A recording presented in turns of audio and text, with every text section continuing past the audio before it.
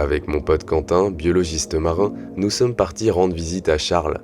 Ça fait maintenant 2 ans qu'il vit en Tanzanie, et il en a profité pour explorer le pays à moto. 3 semaines d'expédition dans ce gigantesque pays d'Afrique de l'Est.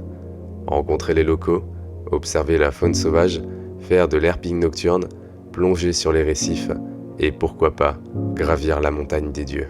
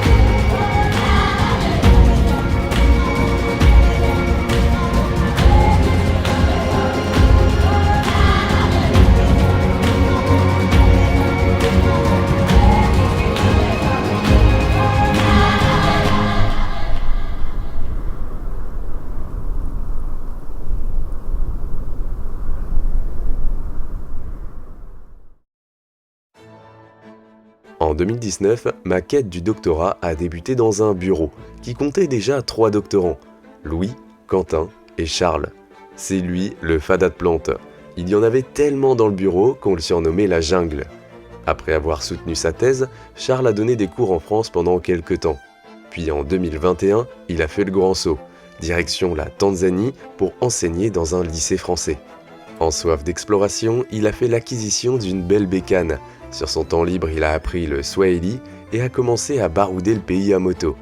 Il a été dans un paquet d'endroits et à force de nous envoyer des photos de paysages majestueux et d'animaux emblématiques, Quentin s'est mis en tête d'aller lui rendre visite un jour. Août 2023, c'est enfin bon. Quentin a une grosse déterre pour organiser le voyage. Et ça tombe bien car c'est les vacances scolaires pour Charles. Je me greffe au projet et c'est parti pour 3 semaines d'expédition en Tanzanie.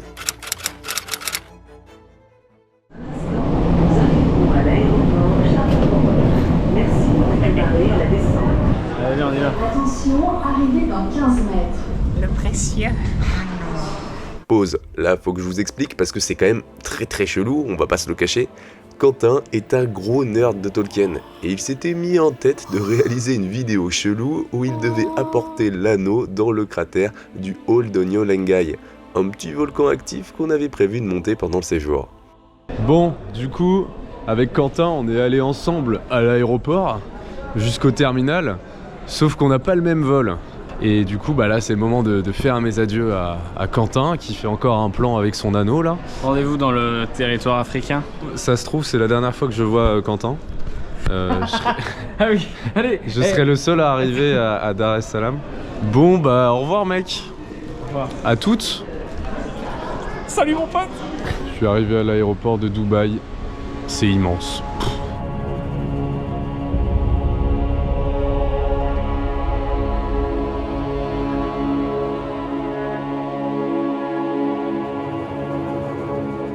Avant de commencer cette aventure, un petit point histoire-géographie s'impose.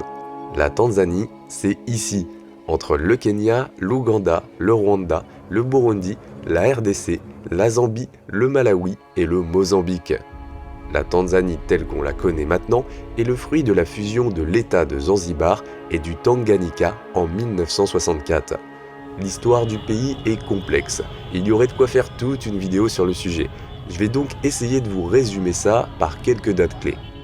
De l'Antiquité jusqu'au XVe siècle, de nombreuses migrations se succèdent dans la région, notamment les Bantous ainsi que les marchands et colons musulmans, créant progressivement la langue et la culture swahili. En 1498, le Portugais Vasco de Gama est le premier Européen à découvrir les côtes tanzaniennes. Au XVIIe siècle, la culture Maasai se développe avec la migration de bergers nomades du Soudan jusqu'à la vallée du Grand Rift. Au milieu du XIXe siècle, les expéditions européennes s'accentuent. C'est l'époque des célèbres explorateurs, tels David Livingstone. Cependant, les rivalités anglo-allemandes s'intensifient pour le partage du territoire, et c'est finalement l'Allemagne qui s'empare du Tanganyika en 1885. Concernant Zanzibar, l'archipel devient le centre de la traite négrière d'Afrique de l'Est, ainsi qu'un carrefour commercial majeur d'épices entre l'Arabie et l'océan Indien. C'est à la fin du XIXe siècle que les sultans d'Oman deviennent les nouveaux maîtres des îles de Zanzibar. Le conflit mondial qui oppose les grandes puissances européennes à partir de 1914 touche également l'Afrique de l'Est, et en 1919, le territoire du Tanganyika est placé sous mandat britannique par la Société des Nations, puis sous tutelle britannique par les Nations Unies.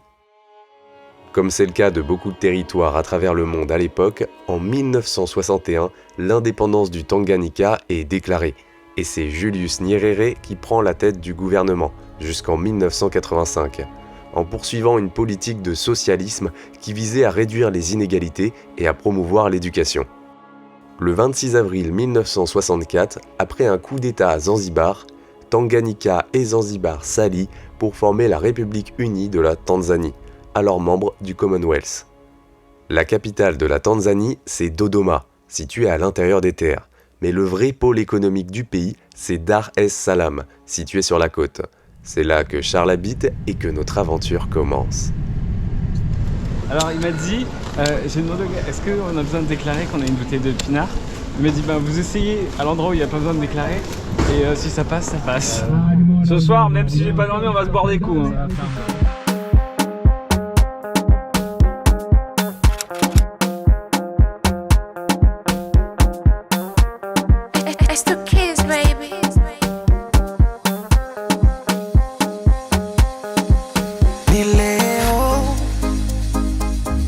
Chatuni waweke wazi, mubaki na mishangao kuswa ya mapenzi, nataka kuyaeleza.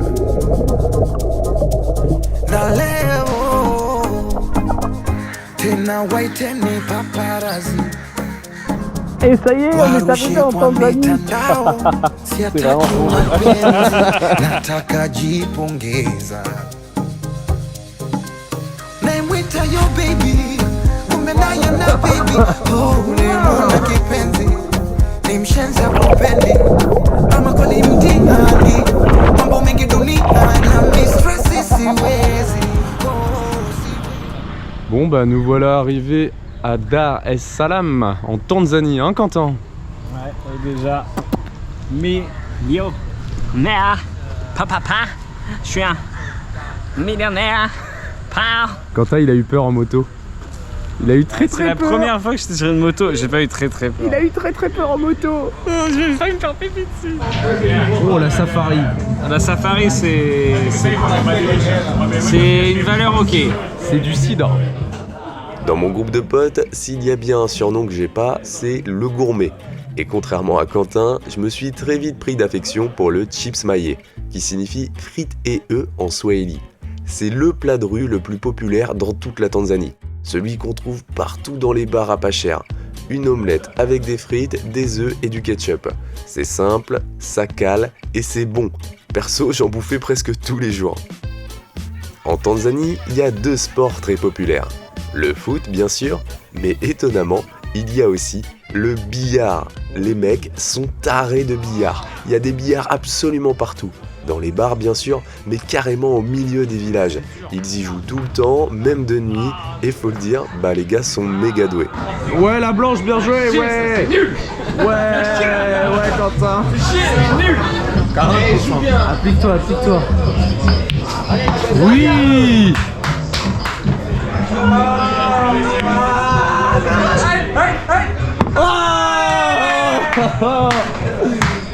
Oh, Quentin. C'est pas vrai. Mais non, il m'a laissé gagner. Non. Il m'a laissé gagner, ce chien. Non, tu as gagné, c'est mérité. J'ai un problème. Je sais pas si je peux rentrer dans les chiottes ou pas. C'est en rentrant du bar ce soir-là qu'on a fait notre première rencontre de bestioles. Un beau crapaud.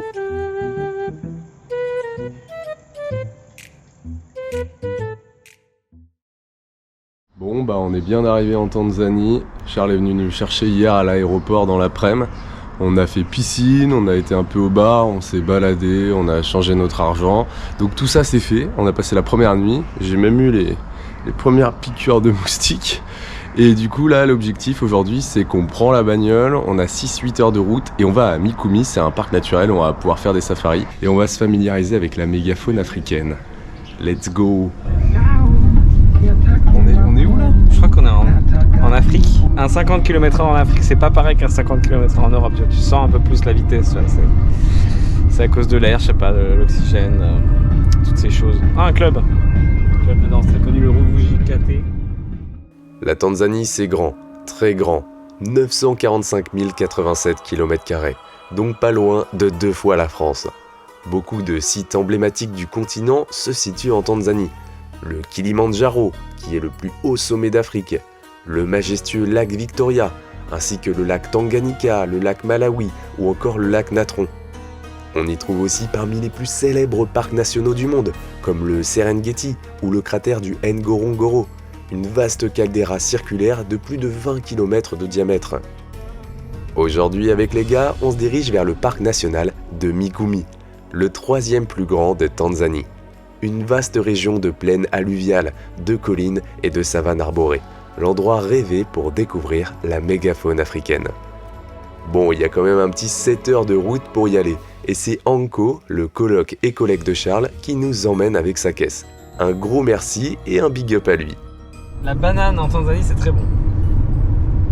Hop, je coupe Arthropsida parce qu'elle a déjà pas mal parlé. Comme vous allez pouvoir le voir, l'excitation à l'idée d'observer la savane et sa biodiversité était très importante. Il faut savoir que pour moi, qui ai grandi devant des documentaires France 5 sur les animaux d'Afrique, venir ici était un rêve. Et faire un safari, c'était sur ma bucket list. Oh bah point. Oh. Le premier. Putain. Ah bah point. Ah oui, il traverse.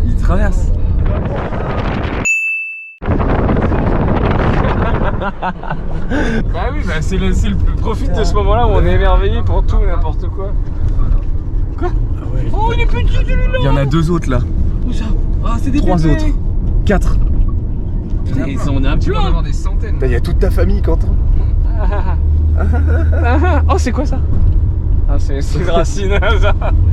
Oh là, il y en a un gros. Oh là, lui il est gros, lui il a bien bouffé au BK lui. Oh, il monte son cul aussi. Mais qu'est-ce qu'il branle? Oh là là, le danger, putain. Rien à foutre. Les gros bus, c'est les pires. Eux, c'est les pires. Un moto, ils s'en battent les couilles. Tu vois, ils m'obligent à me mettre sur le côté. Ouais, j'ai bien vu ça. Les marabouts? Ouais, il y avait un marabout, je crois. Ouais, j'ai vu un gros truc de loin. C'est trop bien. Qu'est-ce qu'il y a? Sur la droite, il va y avoir un vol de oiseaux là. Ah oui, oui. Regarde, Ça, c'est pas Allez, on regarde. Ah, c'est plus. Oh, putain, Ça peut être des vautours. Hein. Qu'est-ce que c'était? Oh ouais, la girafe, elle est juste là. Oh la girafe. Oh la girafe là. Oh la girafe. Oh, regarde-moi cette girafe là. Coucou la girafe.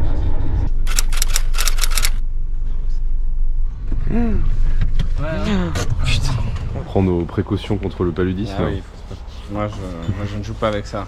Il ne faut pas jouer avec les maladies. Restez protégés, protégez-vous les enfants. C'est important. Dans toutes vos activités. Que ce soit activité ludique de la nuit ou activité ludique du jour. C'est à vous de voir. Protégez-vous. Et Kempai. Allez, Kampai. Ça, il y a l'air de pas avoir beaucoup de monde. Ça arrive un peu après quand même. Le resto où on mange voilà, le petit bar. Tu crois que les gens sont encore tous en safari là? Ouais, oui, ils arrivent, ils sont en cours de. Tungaliabwa, ouais. Ouais.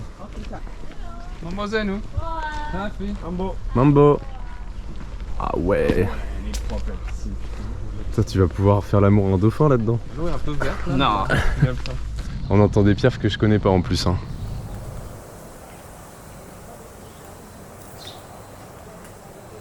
C'est marrant que ce soit côte à côte.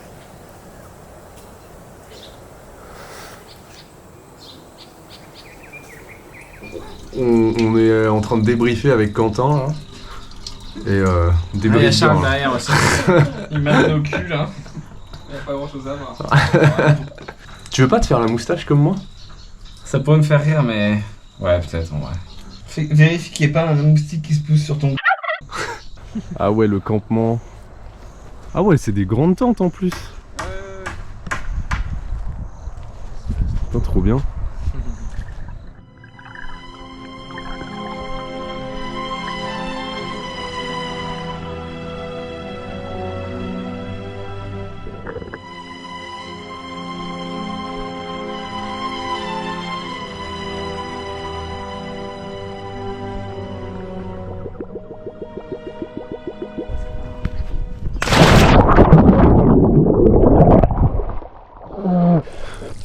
Elle est bonne? Ouais, allez, vas-y, saute.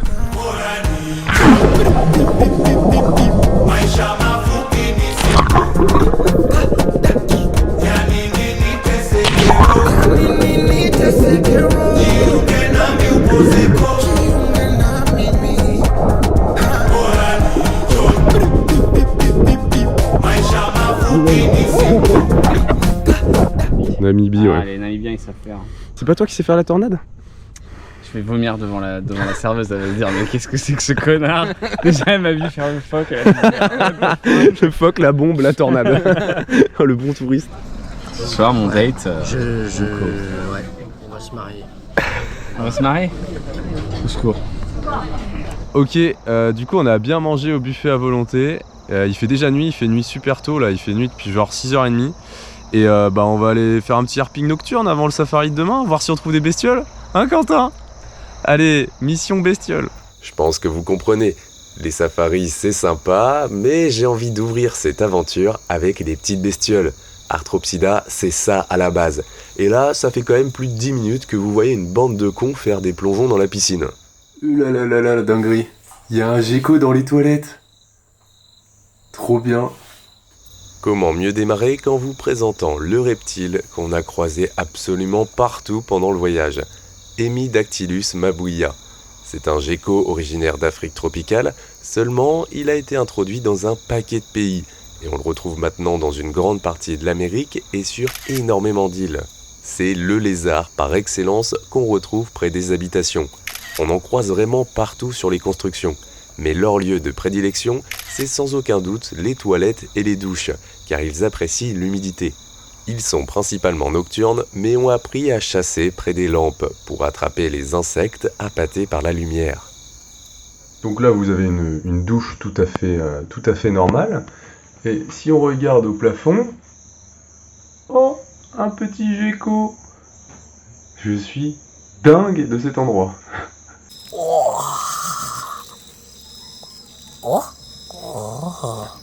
Allez, vas-y, passe dedans. Passe dedans. Passe dedans, tu seras invisible, Comme papa dans maman, allez vas-y. Allez vas-y, t'en vis. Oh. Donc on a un Yule qui appartient aux arthropodes et aux sous-embranchements des myriapodes. Et chez les myriapodes, On a plusieurs classes. Il y a les chilopodes, c'est tout ce qui est scolopendre, lithobies et tout. Bon, il y a les poropodes et les symphiles, on s'en fout un peu, parce qu'ils sont pas très diversifiés. Et il y a les diplopodes, et c'est dans ce groupe qu'on retrouve les hules. Et franchement, moi j'adore, et j'en ai jamais vu d'aussi gros. C'est vraiment une carapace, un truc de fou. Bon, il se laisse plutôt bien manipuler, c'est juste qu'il va faire son comportement de défense, il se roule en boule. Et quand tu l'as dans la main, ça chatouille de ouf, c'est vraiment trop bizarre comme sensation. Ah, j'adore. Quentin porte son premier hule. Alors? C'est très lourd. C'est très lourd, hein? Puis c'est très fort quand tu sens avec ses pattes qu'il est vénère. Ah, il décide de se déplacer. Oh la vache, putain. Ah ouais, je sens Tu ça. sens la force qu'il a? Ah ouais, putain, il est vénère. Non. Et ça mange quoi? Ça mange des feuilles ça C'est détritivore, ouais. Comme les cloportes. Grosso merdo, ça a un peu la même, Oula, il gratte. la même écologie que les cloportes. Il gratte. Aïe. Ah, ça chatouille, hein? Il me pique. Mais non, Enfin, il me mord. Ah, ça m'a fait trop peur. Il essaie de gratter sous ma peau quoi. c'est comme une feuille morte pour lui, mec. Une bonne grosse feuille morte. Putain, tu couperas le cri très vite. Aïe.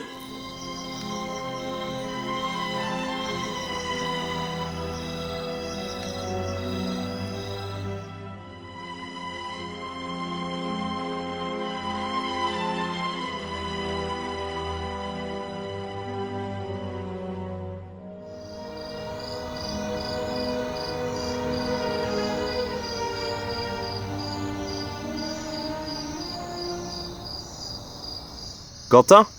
On vient de voir un diplopode, et bien voici un chilopode, plus précisément une scolopendre. Chez ces bestioles, la première paire de pattes est transformée en crochet à venin appelé forcipule.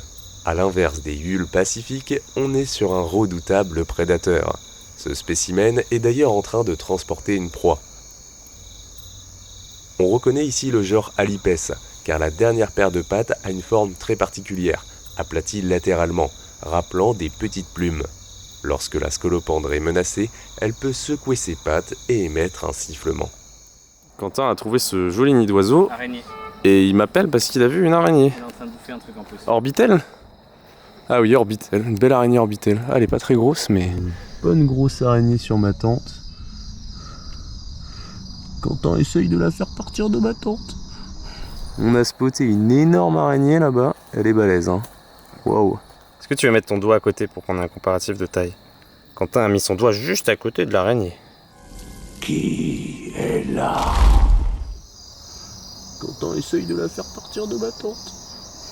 Mes fils et mes filles ne font pas de mal à Hagrid, car je le leur interdis. Mais je ne peux leur refuser un peu de viande fraîche lorsque celle-ci s'aventure jusqu'à nous. Adieu, amis de Hagrid. Aïe! Elle est énorme. Putain, la taille de la fourmi, quoi. Les fourmis aussi étaient plutôt impressionnantes. Oula. Elle est énorme. Mais elle a les pattes arrière un peu bizarres, non? C'est vrai qu'elle a du mal à se déplacer. T'as des pattes tellement grandes qu'elle n'arrive pas à se déplacer. Je pense qu'elle pourrait me faire un peu Je mal. sais pas, je vais mettre juste ma main en comparant le niveau taille. Elle est énorme. Pour combien? Regarde la taille qui est fait. Oh là, regarde mon doigt. Il y a un grillon qui a sauté sur ma gueule. Ouah, le grillon, il est trop beau aussi. La taille de la chenille.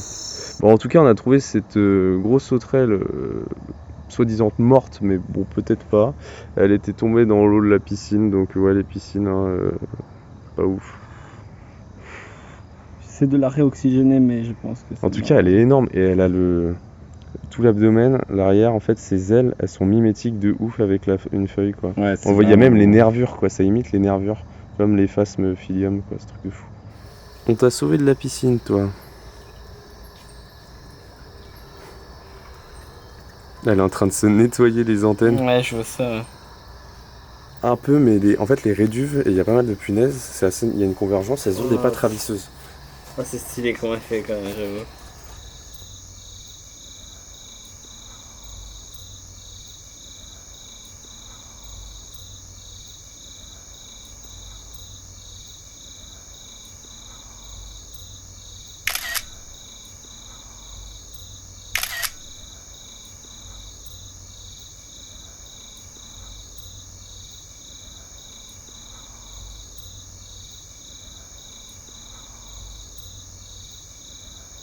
Oh, viens voir Alex. On a pissé sur ta Oh, viens tente. voir. Qu'est-ce qu'il y a? Il est magnifique. Oh, c'est un ambicidé. La famille des Capricornes. En fait, il faut regarder sur les tentes, hein, en fait. Il n'y a plus besoin de faire de herping nocturne. Petite termitière spotée par Quentin. Ma première termitière, perso. Enfin, d'aussi près, on en a vu des grosses sur le chemin, mais là... Les termites sont des blattes. Oui, vous avez bien entendu. Elles forment le sous-ordre des isoptères au sein de l'ordre des blattodéens. Ce sont donc des blattes qui ont évolué vers un mode de vie social. On en compte près de 2600 espèces réparties dans plusieurs familles. Et celles qui nous intéressent ici, ce sont les termitidés, communément appelés termites supérieurs, car ce sont les plus spécialisés, avec notamment un intestin ayant une grande capacité de dégrader la lignocellulose. Plus précisément, on a affaire au genre Macrothermes, largement répandu en Afrique et en Asie du Sud-Est. Et en fait, je les ai vus sur d'autres endroits. Elles rendent des trucs de bois à l'intérieur de leur trou. We are looking at Termites. insects and termites. Swahili, name? Name, Swahili? Mtwa. Mtwa? Yeah. Toi. Mtwa. And Mtwa? Everywhere. And... Yeah. Les Macrothermes cultivent sur les galeries à l'intérieur des termitières un champignon Basidiomycète du genre Termitomyces. Comme c'est le cas pour les fourmis fongivores d'Amérique, comme les Atta et les Acromyrmex, le cycle de vie de ces termites est intimement lié à celui de leurs champignons. Les ouvriers ingèrent accidentellement les spores du champi en consommant des détritus composés de bois mort, d'herbes et de feuilles à différents stades de décomposition. Le système digestif des termites agit comme une station de stérilisation afin que seuls les spores de Termitomyces survivent. Regarde la brindille, comment elle cruche tout le monde. Elle a tout cruché. Elle est passée dans le trou direct. Et les autres avec leurs grosses feuilles, ils galèrent toujours, ils sont toujours pas passés. Ces derniers sont ensuite déféqués avec de la matière lignocellulosique partiellement digérée, ce qui permet la croissance du champignon qui sera ensuite consommé par les termites. Ouais, c'est de la fucking agriculture. Les termites vont jusqu'à remplacer le substrat pour apporter des nouveaux nutriments. Les champignons produisent de la chaleur dans la termitière et les ouvriers ont la capacité d'ouvrir ou bloquer des tunnels individuels pour réguler la température. Au début de la saison des pluies, d'énormes essaims d'adultes volants ailés se dispersent pour établir de nouvelles colonies.